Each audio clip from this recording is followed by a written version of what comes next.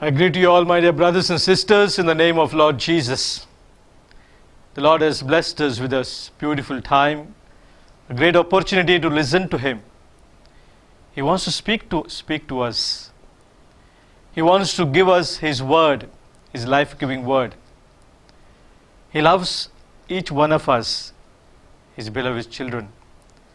And therefore, as we are here this moment to listen to Him, let us open our hearts and our minds to His word and ask the Spirit of God to bless us, to guide us and lead us. Spirit of the living God, fall afresh on us.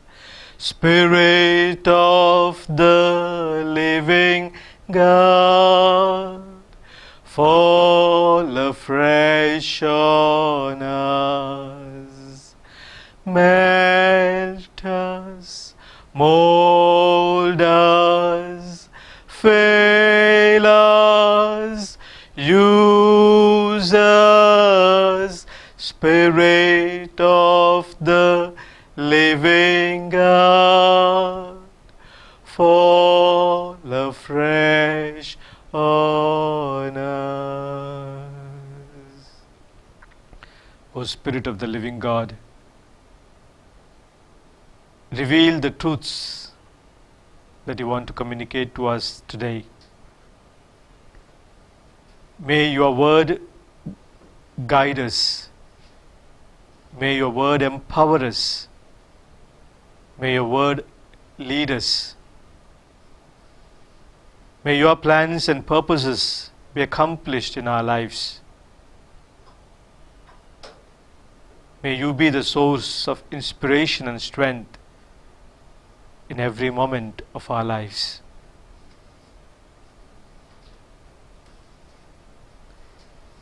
We listen to the word of God today from Gospel of Matthew chapter 6 verses 5 and the following.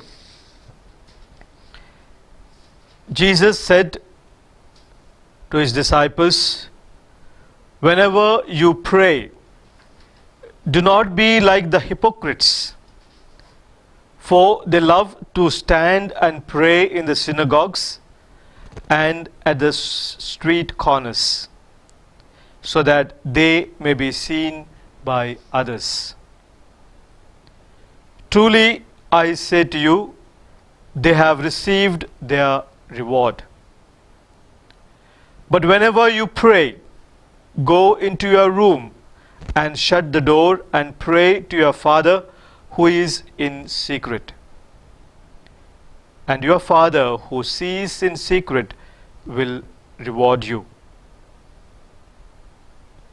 When you are praying, do not heap up empty phrases as the Gentiles do, for they think that they will be heard because of their many words.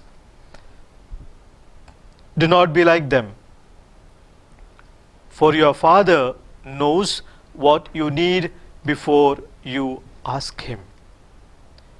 Pray then in this way: Our Father in heaven, hallowed be your name. Your kingdom come. Your will be done on earth as it is in heaven. Give us this day our daily bread, and forgive us our debts, as we also have forgiven our debtors. And do not bring us to the time of trial, but deliver us from the evil one."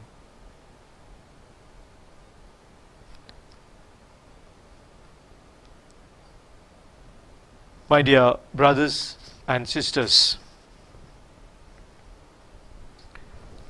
all of us spend a lot of time praying. Sometimes we pray as individuals, sometimes we pray as family, or sometimes as community. We gather together in the church or prayer halls and we pray. There are different ways, methods that we use in our prayer. Today we heard in the gospel Jesus telling us, giving some guidelines, some instructions concerning prayer. What is important in prayer and what is not important in prayer. How we need to pray and how we should not pray. These are some of the things that Jesus has told us through His word. Today I would like to share with you 4 basic things that we need to keep in mind in our life of prayer. To build a strong life of prayer, these are the 4 things that I find very meaningful. Before that, I would like to share with you a few insights of well-known people who have accomplished something in life, or rather great things in life, have said regarding prayer. The father of our nation, Mahatma Gandhi, has something beautiful to say about prayer. He says, "Prayer has been the saving of my life. Prayer has been the saving of my life. Without it, I should have been a lunatic long ago." My autobiography will tell you that I have had many fair share of the bitterest public and private experiences. They threw me into temporary despair, but I was able to get rid of it. It was because of prayer.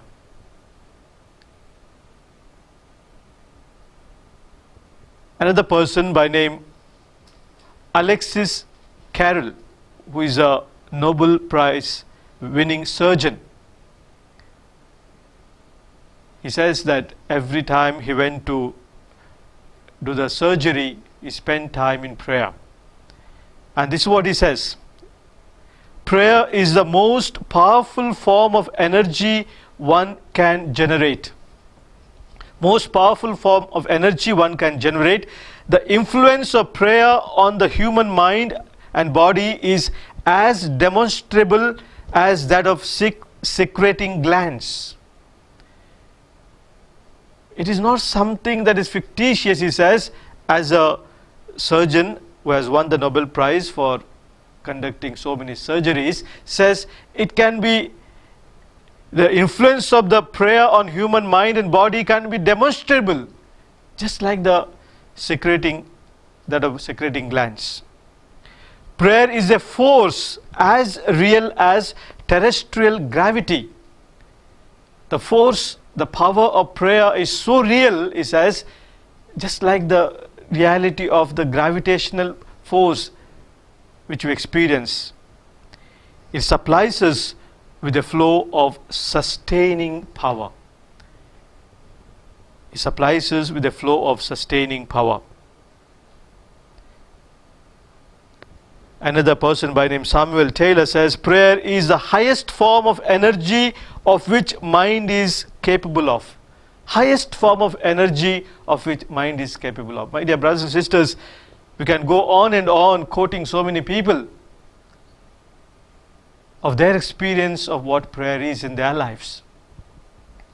Each one of us have our own experience of prayer.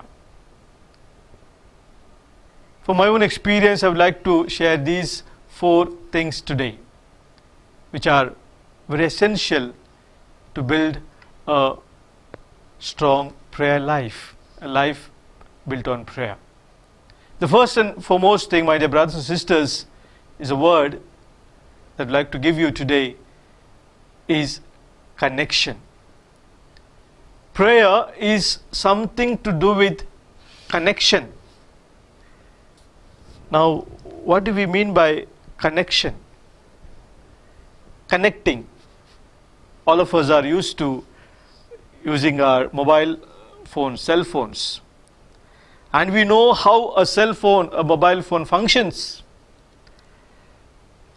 It works because the phone is connected, the SIM in that phone is connected to the mobile tower. If there is no range, not possible. You cannot speak to the person whom you want to speak to. And therefore, connection is so important. Now, when I pray, it's important I need to get connected to my God. I have to establish this connection. Not only connecting myself to God, also to my brothers and sisters, also the entire creation. And that's the reason when Jesus taught his disciples the prayer, this is how you pray, he said, Our Father. He taught them to address God, Our Father. He did not say, My Father. Our Father. Meaning, acknowledge the fatherhood of God.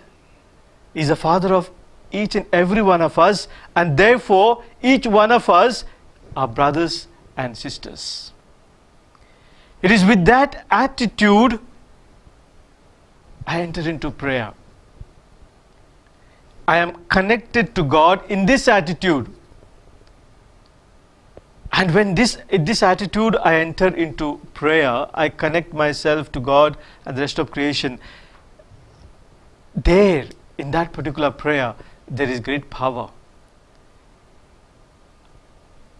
I experience the powerful presence of God in this connection. Second thing, my dear brothers and sisters, in our prayer life we need to understand the second C is communication. After getting connection, only we are able to communicate. And when it comes to prayer, what is the type of communication that we are talking about? It is not a one-way communication. There's a great danger, my dear brothers and sisters. Many times our prayer gets limited to a one-way communication. It is I talk and God is the one supposed to be listening. We most of the time tend to think prayer is that, speaking to God, talking to God. If you ask children what is prayer, this is the description that they give us. And that is what is taught perhaps in our classes. But prayer, that is only the one part of prayer. Communication, to be authentic, to be genuine, to be true and fruitful, it has to be two-way communication. Imagine, my dear brothers and sisters, you are talking to somebody, a friend of yours or a person, and you pick the phone and start talking. You have just said hello, and the other person other side keeps on talking, endless talking. Doesn't even give time for you to open your mouth. Would you enjoy that communication? After some time you get fed up. That communication where other person talks, you listen, you talk, other person listens, there is a great joy in that communication. Same thing is true, my dear brothers and sisters, in our prayer. Our life of prayer built on authentic prayer is two-way communication. It is not only I talk and God listens, it is also God talks and I listen. I need to give time to God to speak to me. But many times we know that it is not that easy. First part perhaps we have got used to and we have been doing it for a long time. But the second part of it, the other side of the communication, not easy for many. And why? Why it is not so easy? I came across a book where something written about prayer. It says, the writer says, when we are filled with our noises, we cannot hear His voice.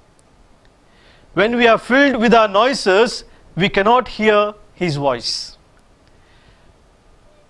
And this is a great obstacle many times to listen to the voice of God. I need to understand what are those noises within me. I remember in my childhood days, I used to like to listen to cricket commentary. Those days we didn't have the TV, it was only the radio, and try to listen to the commentary and get updated about the score. Also, I used to use the radio for watching news. So, this particular radio which my dad had bought and given to me, it had a knob. There are two knobs in that particular radio. One was to tune in to a particular radio station. But many times it's so used to happen that when I tune into a particular station, the sound there, the voice coming from there was not very clear. It used to get mixed up with many voices. And nothing, the clarity was not there. And then there was a second knob which was written there, fine tuning. Fine tuning. So when I should turn that knob, down knob, fine tuning, I would get tuned in to a particular station. That becomes clearer, and then at a particular point it becomes very clear, so that I could listen to that particular sound, that particular message from that station. And that's same thing, my dear brothers and sisters. We need to time do this fine tuning. Fine tuning by evaluating our lives. Is my life going in the way the Lord wants me to go? What are the things which are diverting me from the path of the Lord? Am I firm in that commitment that I have given to the Lord? Are there forces in my life that are taking me away from my Lord? Some of these questions, when I ask time to time myself, I get fine-tuned. The Lord shows me the right direction to come to Him and listen to Him. And therefore, my dear brothers and sisters, connection and communication, very important. Daily spending some time in meditation is very, very important to grow in the life of prayer. Third, my dear brothers and sisters, is the word that I want to give you, the third C, consistency. Consistency meaning not once a while, but being at a regular intervals. Consistency. One writer says, prayer in our life is not a spare wheel, but a steering wheel. You know, in a four-wheeled vehicle, there is a steering wheel which is used by the driver, steering wheel, and there is also a fifth wheel used as a spare wheel. It is kept either the back part of the vehicle, or sometimes it is kept underneath. And whenever there is a problem in any of the wheels, a puncture or something flattening of the tire, then this particular fifth wheel is being used in that place. That is not supposed to be. When we get punctured, we have recourse to prayer. No. It is a steering wheel. Steering wheel is the one that gives the direction to the vehicle, that tells which way you have to go, right or left or straight. Steering wheel is one which has the full control of the vehicle. And the prayer is that energy, that force that guides our path in the way the Lord wants us to move. Fourth thing, my dear brothers and sisters, the fourth word I would like to give you today is consolation. Connection, communication, consistency, and the fourth one is a consolation. Now, what is the consolation in prayer? There are so many times people ask this question, Father, I have been praying so much, but the Lord is not hearing my prayer. I am not receiving what I am asking for. Has the Lord become deaf? These are questions. My dear brothers and sisters, God answers our every prayer. The word of God is very clear. Call to me and I will answer you. The Lord has said, and He answers every one of our prayers. There is no prayer that goes without answering. But we need to understand, my brothers and sisters, how does the Lord answer our prayer? When I meditated on this, I realized that there are 4 ways God answers our prayer. Sometimes when I ask for something to God, He says, yes, let it be so. Sometimes God says, no, it is not good for you. It is going to harm you, so no. Sometimes God says, wait.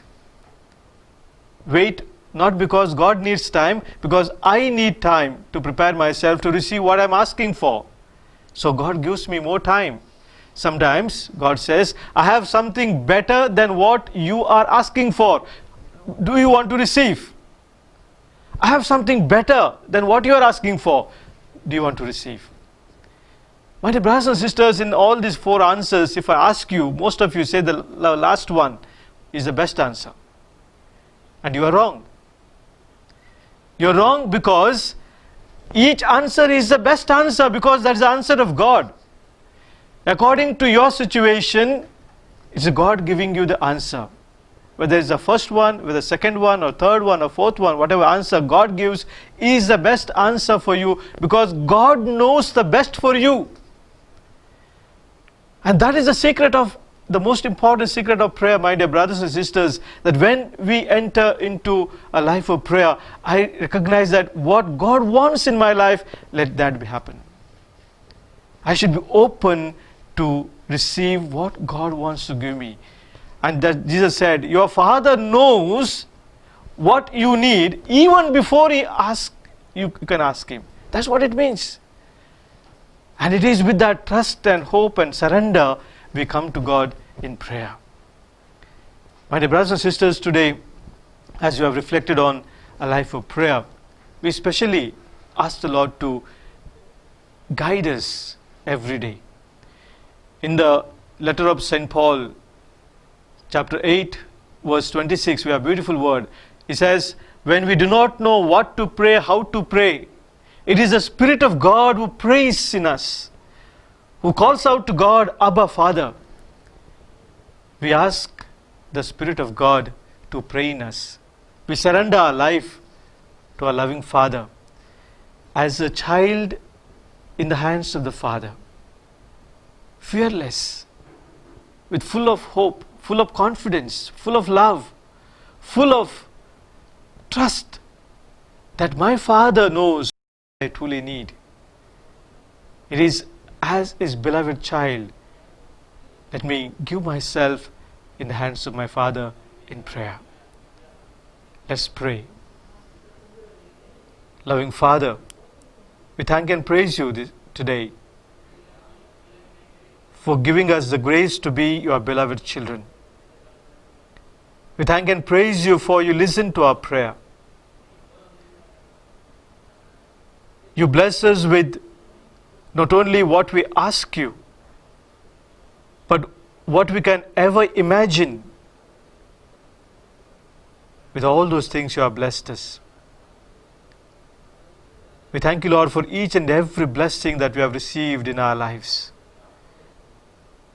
Today, Lord, in a special way, we surrender our lives to you. Especially the lives of all these brothers and sisters of mine who are listening to this word. They have understood today, Lord, the importance of prayer, the life of prayer. They have realized the importance of being connected to you, have a proper communication, being consistent in prayer, and receive that consolation that you want to give them. Loving Lord, bless them abundantly. Empower them with your Spirit. Sustain them, Lord, with your love, so that they may grow each and every day in a life that is built on prayer, that they may constantly experience your presence, your power in their life. You will live and reign forever and ever. Amen. Divyavani